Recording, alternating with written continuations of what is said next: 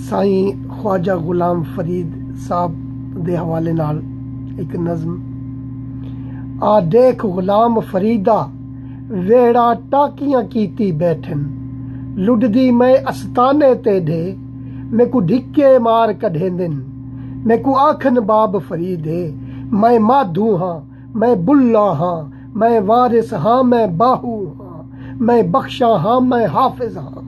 तेकू सूफियां दी इस महफिल चूं ए तक निखड़ेंदे हेठन। आ देख गुलाम फरीदा वेड़ा टाकियां कीती बैठन। तेरे संग महफिल जो सब लाई, तेरे संग जो महफिल सब लाई, साडी बैठक जो बनते आई इस वंदकी दी खुशबू को।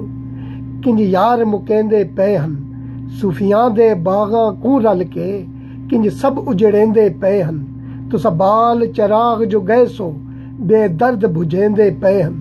जद निखड़ गयो फिर क्या थी सी, जद थल मिठड़े को भुल वैसू, असी बालक सारे रुल वैसू।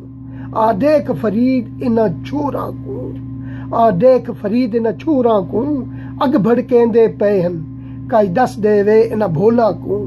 ए सब वड्डियां दे खेकण, आ देख गुलाम फरीदा वेड़ा टाकियां कीती बैठन।